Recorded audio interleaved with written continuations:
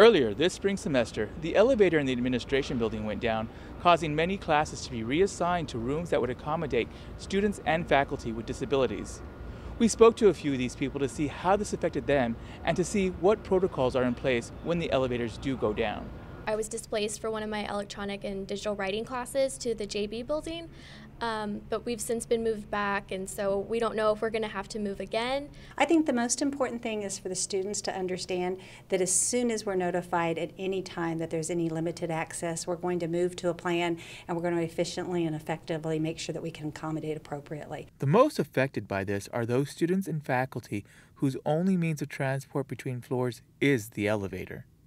We have one faculty in the English department who is dependent on the functioning of the elevator.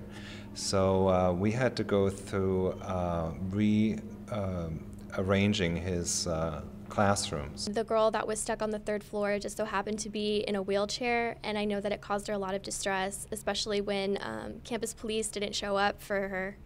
Amanda Carter, a two-year student here at UIW, recalled an incident where she was stranded on the fourth floor of the administration building early one evening. It went down after 6 o'clock, and the procedure is that you're supposed to call disability services. When that happens, well, disability services closes at 6 o'clock. And so what I did was I called the UIW Police Department, and they told me that the elevator was not going to be fixed that day, so that I was going to have to leave my chair up in the admin building, and I was like, what am I going to do without my chair? With limited options available, Carter called her parents, who then came to campus to assist their daughter.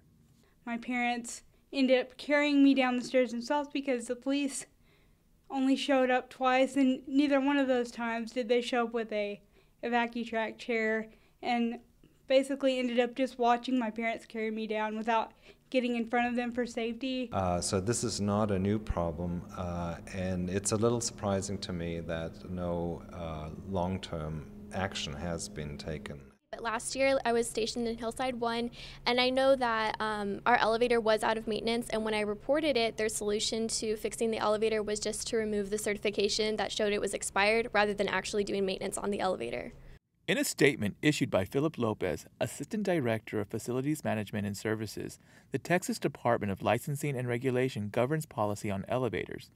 Lopez also states the elevators at UIW are inspected and certified yearly as mandated by state law. In short, our elevators are regularly and highly utilized by campus students, staff, and faculty. We remain particularly proud of the preventative maintenance program and the safety record of UIW's elevator, a program that's been very successful thanks to strong internal oversight by the department's director and partnership with industry-leading maintenance professionals and state elevator regulators.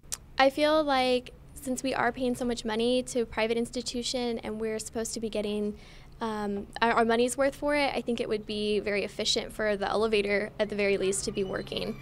I don't think it's in the interest of anybody to continue this we fix it when it doesn't work strategy. Also, expecting my parents to come and just kind of pick up the pieces is also not an appropriate response, and definitely not a safe response, because what if there had been a fire? Carter does state that campus police have been reviewed since this incident and that all of their vehicles now carry the vacuum chair.